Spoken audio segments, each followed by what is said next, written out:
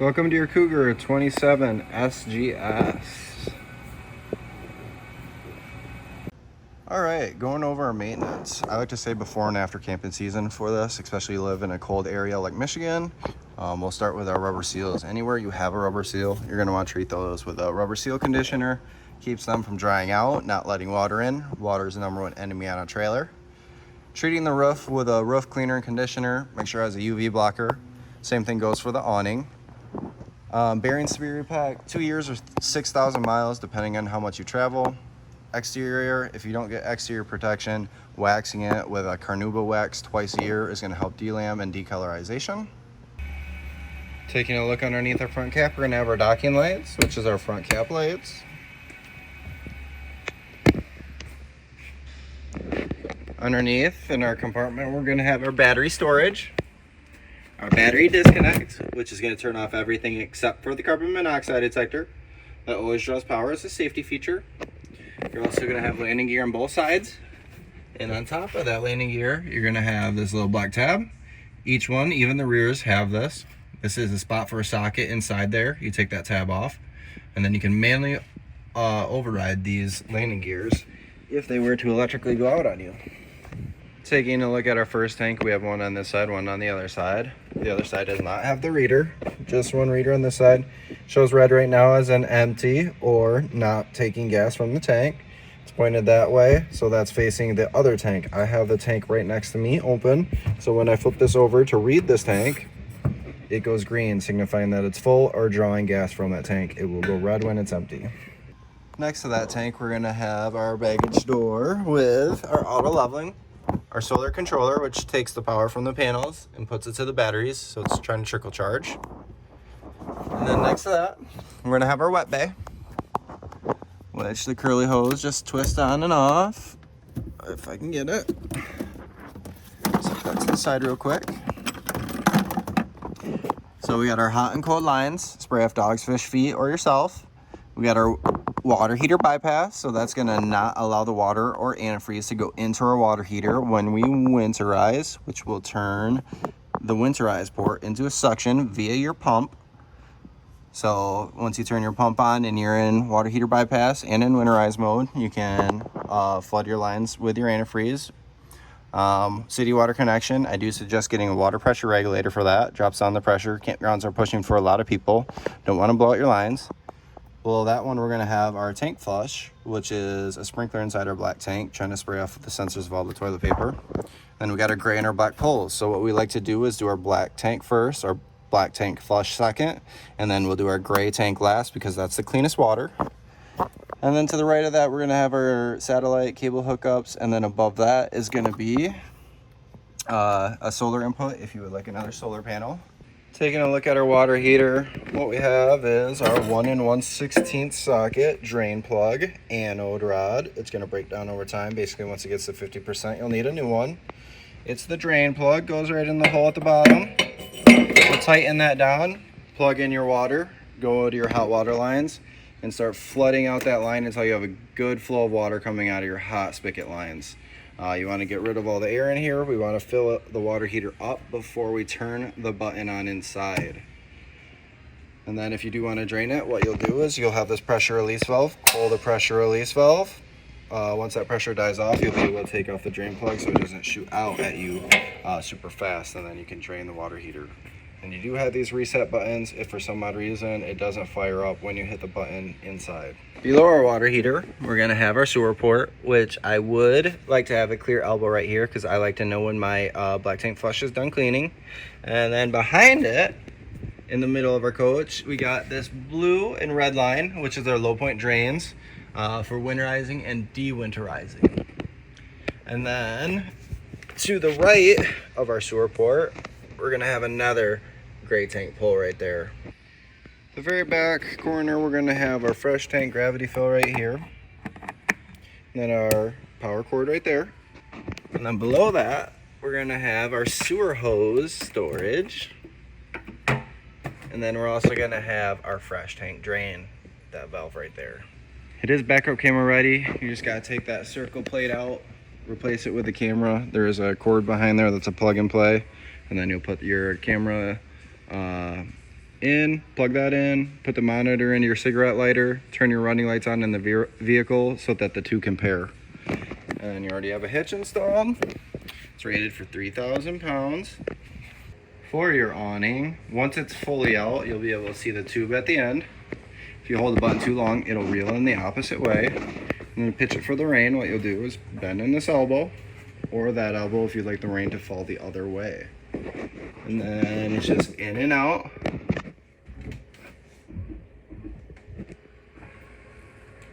On the panel.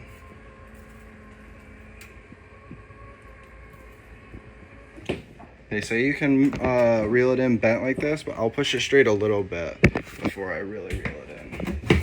Also, on the top right corner of your awning cap, you're going to have this little black circle tab. You'll be able to take that off, and inside there's going to be a spot for a socket to manually override the awning in case it electrically goes out.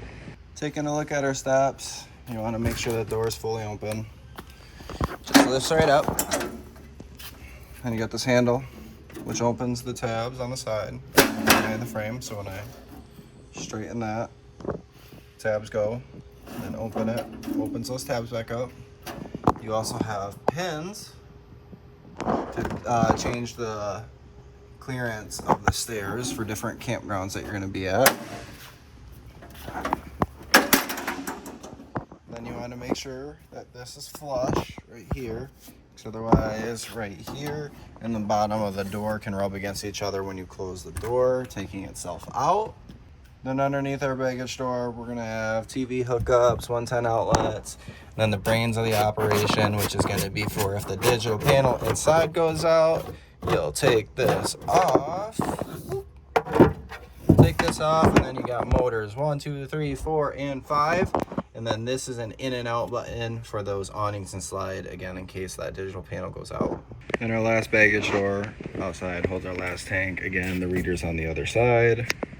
Stepping up into our camper, we're going to have that carbon monoxide detector. Again, that draws power always as a safety feature from those batteries. And then in the cabinet to the right of that, you're going to have your breakers and fuses, which are labeled just like a house. And then 12-volt fuses. I would definitely bring some of those camping with you. Get those at Walmart, AutoZone, anywhere like that. Taking a look into our master, you're going to have 110 outlets and USBs next to each side of the bed.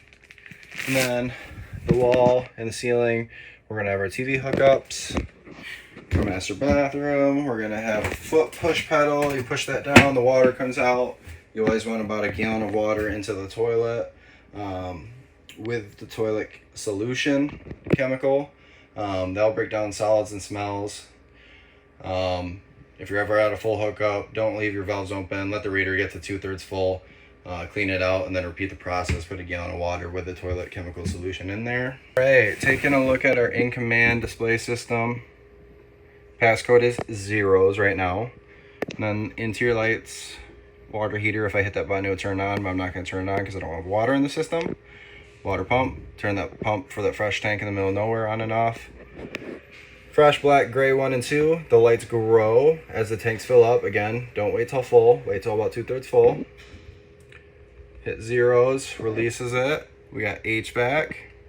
Front AC is just going to be fan and cool. And then your rear AC is going to have the heat, which is the furnace. And then you got a timer so you can schedule your HVAC.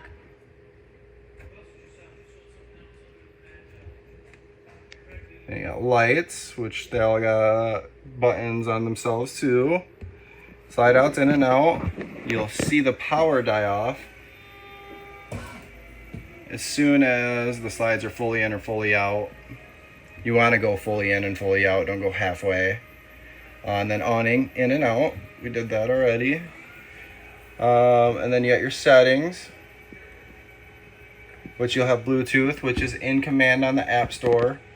This will also help you do all that. And then you can change that passcode if you like. That little black dot's going to be a thermometer for the thermostat. Just trying to pick up the temperature in the room.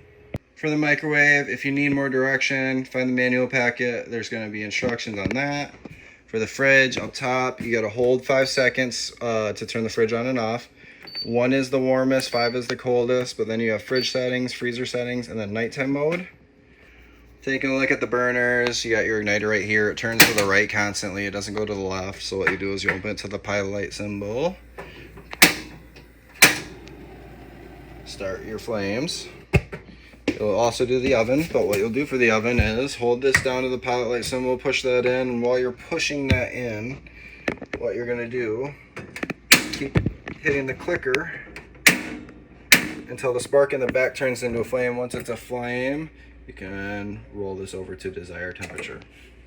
For the recliners, once you push back on it, the legs will come out and the back will recline. For the couch, to make this a no bed, what you're gonna do is take the cushions off,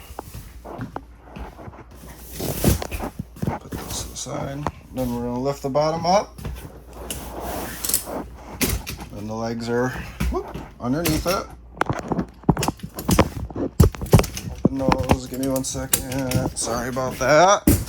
You set that down, and then you lay the backrest down, and that's the rest of the bed. For our table, you're gonna have this little latch underneath. So try to hold this with one hand real quick. Flap that down, and then the table can actually slide. So you'll have more room on one side or the other. And that will lock it back in. For your radio, stations are gonna be wherever you are. Zones 1 and 2. You got 1 is inside, 2 is outside. You do have Bluetooth speakers, so you know, go to your phone, so that's nice. Got our fireplace right here, which the controls are top right. Power is the top right button. Next to that, there's 3 wavy lines. That's your temperature to turn the heat on. Below that, there's 2 arrows. That's going to change the temperature to what you would like it to be at. Next to that is your timer, up to 8 hours. And then the top left is going to change the colors. To winterize our camper, the first thing we're going to do is open up our fresh tank, let that drain out, go inside the camper, turn on our water pump, start pushing out any of the water that was in the lines, trying to make sure nothing's in there. After you do that, turn off the water pump, open up the lines, and then you're going to open, one second, right down here.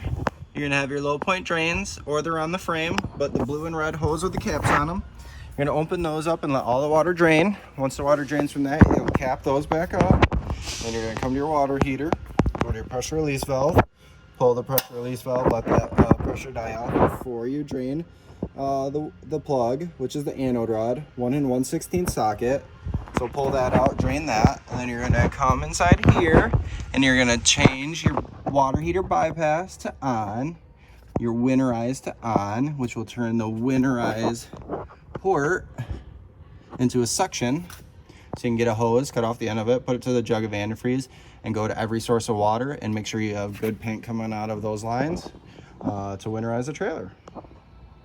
And then I would pour a little bit down into the sink and the toilets. Okay, going over our auto level, you're gonna have a reference sheet either on your outdoor baggage door or somewhere near the wet bay. Right here, we got a power button. Turn the unit on.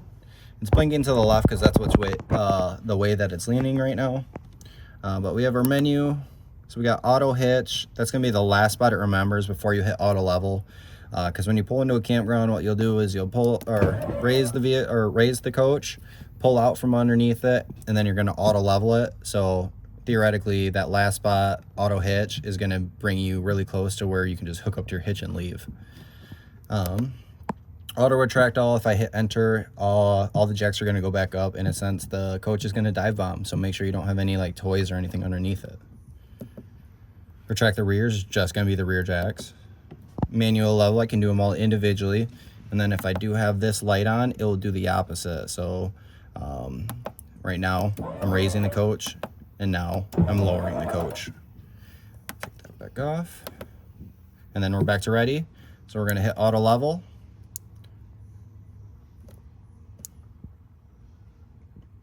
Once again.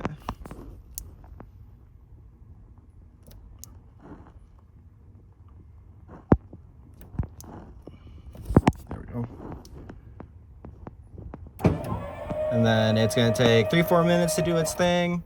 It does work faster if you're outside. If someone's inside, it's going to reconfigure for them. It goes by 1/4 inches. It'll give you a solid green light and beep at you when it's done.